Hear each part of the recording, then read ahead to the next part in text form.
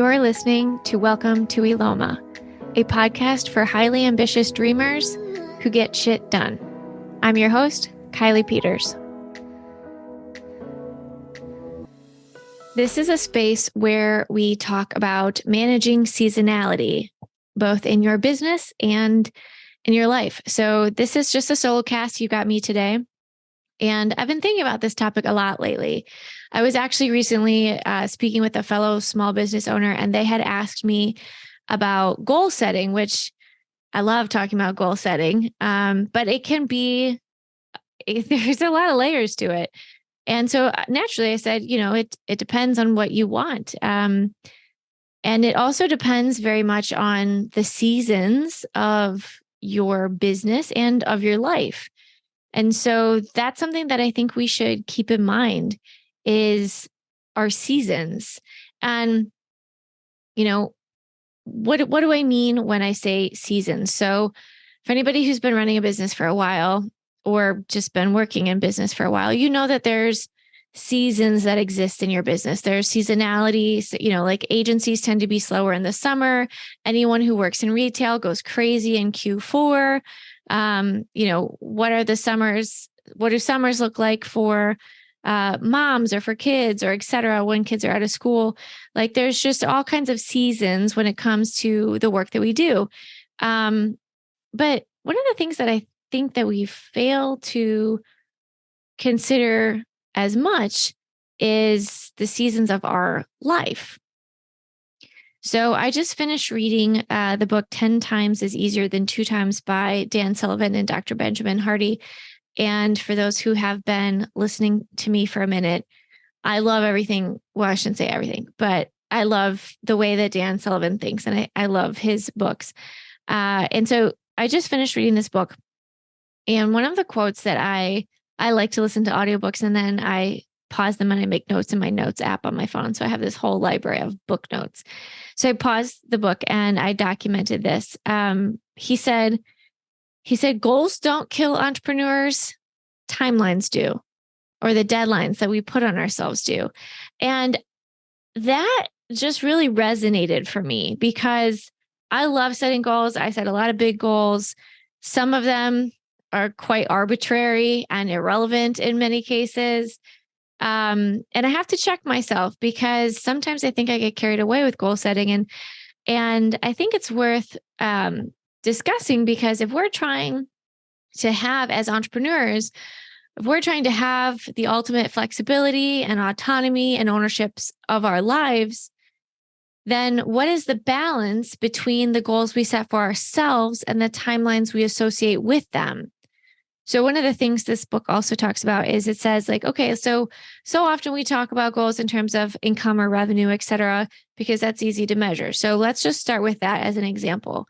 Whatever you are making right now, think back to a time when you made 1/10 of that, right? And the exercise they talk about in the book is, okay, so what were the big leaps that you had to take to get from 1/10 of where you are now to where you are now? Okay, great. Now, what would it take to make 10 times what you're making right now? Okay, so what are the big leaps that it will take you to, get to that 10 times from what you have now?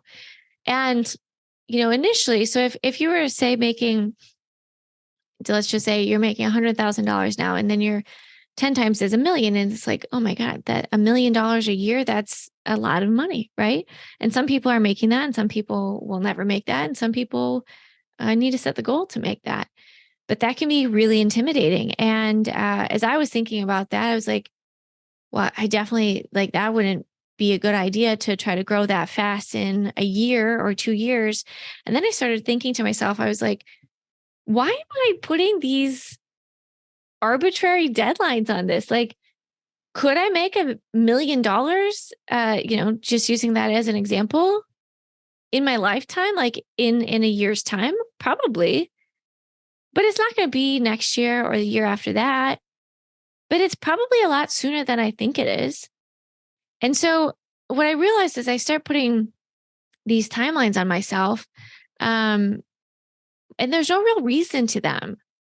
But the reason that it should be is it should be supporting the seasons of my life. Right. And so that's what I think we need to think about when we're setting goals and timelines for ourselves is not necessarily the goals and timelines for our business, but we need to start with our life. So for me, as I took a look back and I think about my personal journey, we'll scroll back a couple years. In 2016 is when I started my agency, Brainchild Studios. Then in 2017, at the very end of 2017, I moved from Chicago back up to Wisconsin. In 2018 and 2019, I was focused on getting myself established in Wisconsin and then building out my team. In 2020, I bought a house. In 2021, I got engaged. I doubled my team. And then I crashed and burned and realized I didn't want to run my agency anymore. In 2022, I got married. I shrunk my team by like 70%, tripled my profits, and then closed down my agency. And now here we are in 2023 when I started the 100 Collective. We're full force with Rain 9, which I have found myself that I'm kind of back in the startup world, which I had not quite expected, but okay. And now we are looking to start a family. And so, I think about that and it's like, okay, for a lot of that, it's like this year. Maybe I've got 18 to 24 months in there somewhere, but those seem to have been my seasons in a lot of different ways. And my question is like, where, for me at least, is like, where is the season that things start to slow down or we get a chance to catch up? And I just want to call it like that looks different for everybody. You might have seasons within your year. That actually sounds pretty healthy. I think that's great. You might have year to year or years to years, maybe it's big chunks of time, right? And then I've started to think, that maybe they're like, I was just reading this Harvard Business Review article that I thought was really cool. And they call them like revolution and evolution stages. And for me, I feel like it's like revolution or like the building of your business phase or stage or years. And then the evolution or the running of your business years or phases, like that might be a year, it might be 2 or 3 years, might be 5 years, it might be 6 months. And then like, at what point do you get to, reap the rewards of the work that you did? So I know for me, I love to build and that's something that brings me great joy. But personally, I've realized like, I love doing this, but I need a break so that I can, reap the rewards of the things that I've built instead of just continuing to build and build and build and build and build and build and build, which can be exhausting, even though it's super fun. Where's the time that we get to just run it? Right. So, yeah, that's something that I've been thinking about. So I think it also boils down to, again, as we come back to our seasons and we should be looking at the seasons of our life, I think it comes back to what do we want? Right? What do we want? And we should be utilizing our businesses to help make the dreams that we want come true. But it's hard to do that if we don't know what we want first. And so that's a big question, a simple question, but a big, heavy question that I ask pretty much everybody that I work with. And some people know, most people have no idea. And a lot of people have never thought about it and or no one has ever asked them. So if you're listening to this right now and you're like, I don't know what I want either. Okay, well, that's fine. You're not alone. But I would say take some time to think about it. And then I would also say, what are the timelines that you are either consciously or subconsciously associating with those things that you want? And are they relevant or are they irrelevant? So again, I'm super guilty of setting a lot of arbitrary timelines for myself. And then I unnecessarily stress myself out. So that's something I'm working on. But there are definitely timelines that matter, right? Like if you want to achieve certain things by certain times in the future, then you got to back up and figure out what you need to do now in order to get there. So yeah, I would just ask yourself, what are the things that you want? What do I want? And What are the actual timelines or deadlines, et cetera, associated with those things? And what are the ones that I'm just putting on myself for no real reason? Um, so yeah, that's something that I found to be a point of reflection. Now, the other thing that I have started to kind of take a look at is when it comes to our business.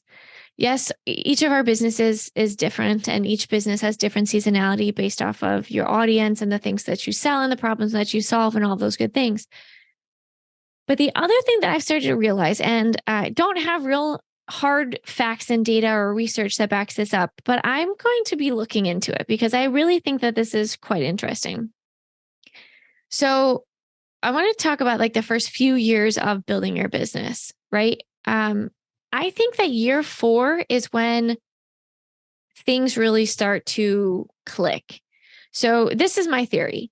Year 1, again, coming back to the seasons of your business. So be gentle with yourself if you're in any of these years right now. Year 1 is purely survival. Like, is this going to work? Did we stay in business? Did we make enough money to keep this thing going? Okay, great. We did. Awesome. Year 2, you have some modest improvements because hopefully you've learned some things from year 1. You're still working out the kinks. There's still a lot of things that you don't know, but you're working through it, right?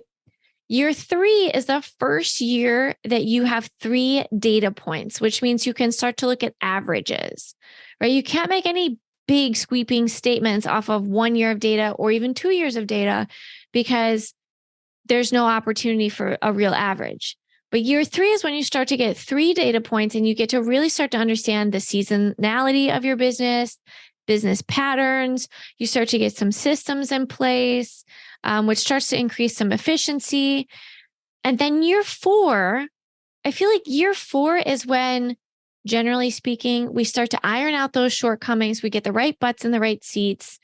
And you're probably doing enough volume at this point that you're really starting to see the payoff of some of those profits, right? For a lot of us, the investments that we make, you're going to hit a certain profit margin up until a certain point. But once you hit a certain scale, then that profit just explodes. And I think that starts to happen in year 4. And then in my theory is that like years 5 through 10 are growth years based off of the owner's interest. Right. So if that point, the owner is still like, yeah, I'm all in it, let's go. And there's probably going to be some significant growth during those years. But it's also been my experience working with entrepreneurs that between like years 5 and 7, a lot of them are like, yeah, I don't know that I love this anymore. Or it transforms, it shifts, or their interests shift, or they start to become less involved in the business and the business just runs so that they can start to do other things. So whether that's like personal things or they want to travel or, focus on family or start a new business or whatever it is, they start to, figure out their growth pattern based off of how involved they want to be during those years of time. So I bring that up now because I think that those can also be seasons in our lives and our businesses. If you are just getting started right now, you're in growth mode, you're in survival mode. If you're in year 2, you're probably still very much in survival mode and just trying to like hang on and try to prove the concept, right? Year 3, you're starting to get a few things under your belt. You're still probably super dedicated and super involved in the business. And year 4 is probably one of the first times that you can start to ask questions about the seasonality of your life as well. And I bring this up too, because if you have huge things coming up in your life right now, you may want to consider how that stacks up against the starting of a business or the running of a business or the growth of a business and what you want your time to be in terms of the involvement in that. Now, again, another Dan Sullivan, who not how, you don't have to do everything, but you typically do need money to outsource and delegate some of the things. So if you have money and you have that as an opportunity, great. If you don't, then you might find yourself trying to do a lot of the things, which in some cases is just a necessary evil. And in some cases actually can be more costly than finding the money to hire someone else. So I say all that because as we talk about managing the seasons of our lives and our businesses, I really think that we need to start with ourselves. And this is what I've been really focused on for the last year and a half, almost 2 years, is I call it the DNA of success, the definition and alignment of success. We have got to start with ourselves first. We so often start by running a business or starting a business, doing the thing that we know how to do because we need to make money and to pay our bills. And so we start doing that thing. But we oftentimes forget to get really clear on who we are and what we want out of life, because we should be utilizing our businesses to support our lives, not running our businesses and then trying to live our life when we can find the time. And I don't say this as an accusatory statement at all, because I'm far from perfect at this, but I've learned the hard way, and I'm constantly working on adapting this and being better at it myself. So for example, I'll take myself as an example. In 2021, as if you've been following my journey, 2021 was a very tough year for me. I realized throughout the year that I had built my agency at the time in a way that it was likely going to need me regularly and consistently for the foreseeable future. Now, that's not to say I couldn't have changed that. I probably could have, but I didn't really want to do that work anymore. And I didn't want to put in the energy to flip it around. It kind of felt like flipping around the Titanic versus like flipping around a sailboat, which might sound silly to some people because it wasn't a ginormous agency, but it was pretty significant for me. And I bring this up because I knew that at the time, my now husband, and I had actually just gotten engaged, and I'm not a young spring chicken, and we would like to start a family, and I knew that we would have to be looking at doing that sooner than later. And the fact that I'd been having heart palpitations for the majority of 2021, I was like, not that I'm a doctor or a pregnancy expert, but I feel like that's not what we want to see happen to try to create a baby. And so I just could not see the future that I wanted for myself while running my agency. And I had to make that really difficult decision that I was done and it was time to be done and move on, because I could see it for myself in my consultancy. I could see how I could build my time and my services to allow for the life that I wanted. And again, this is just my journey. This is not me pointing fingers at anybody. Everyone's journey is different and you need to do what's right for you. But this was my journey. And so while I'm still building out everything I want to offer with Ray 9, I'm very much in like the building stage, the building year right now. And I'm really excited about it and I love doing it. But my hope is that I'll have the majority of the foundation laid and built that I want by the end of this year, which would be 2023, or the Q1 of 2024. And then I'm looking to run my business. Like I will have done a lot of the heavy lifting. I will have gotten it into a place. I will have gotten the right butts in the right seats. Started to reestablish a brand. And in doing so, this new approach will allow me the opportunity to provide small business education and support on a number of one-to-many services so that my time isn't tied up in the one-to-one exchange for time and money, which is very difficult to scale and get yourself out of and create time and space, which for me, I need time and space in order to think and build and learn and create and provide thought leadership in ways that I think are my greatest opportunities to serve.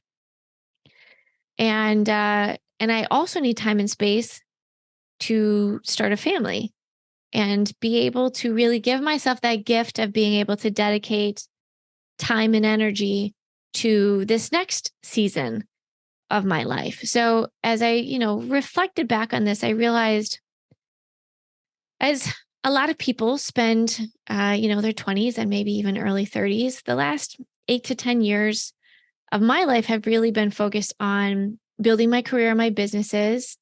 And I've had a few major life events sprinkled in. But I would like my focus for this next season of my life to be focused on building our family and living life and loving on the people around me and just really grounding down and focusing on what really matters most to me and sprinkling in a few additional major career developments.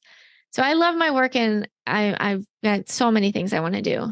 But I'm just trying to shift my seasons and my focus a little bit. So I think, again, as we wrap this up, what are your seasons? What are your seasons in business? What are your seasons in life? And are you prioritizing your seasons in life? And are you utilizing and leveraging your business to support the life that you want? It's not easy, but it is a possibility. It's one of the beautiful things we create for ourselves as entrepreneurs. But so often we forget to tap into it. And I don't know about you, but I'm realizing that the years really are flying by. And my fear is I don't want to get into my 50s and 60s and be like, oh, now I can live. Like I might have a hip replacement by that point. I might have bad knees. I might not be able to climb the stairs to all the cool places I want to see. So I'm really trying to focus on the next season of my life and making sure that my business is supporting what I want for myself. So I hope that's helpful. I hope that, makes you think a little bit about seasons, not just in business. And I warmly welcome your thoughts. So if you have any thoughts about that, please send them over. And if you'd like to share a review, I would very much love for you to share your review. Don't forget to sign up for our ongoing newsletter. You can do that at rixnewsletter.com. That comes out on Wednesdays. And yeah, I think that's all I've got for you now. Thanks for listening. To continue learning how to better build your business and make your vision a reality, subscribe to the Welcome to Eloma email list at welcometoeloma.com.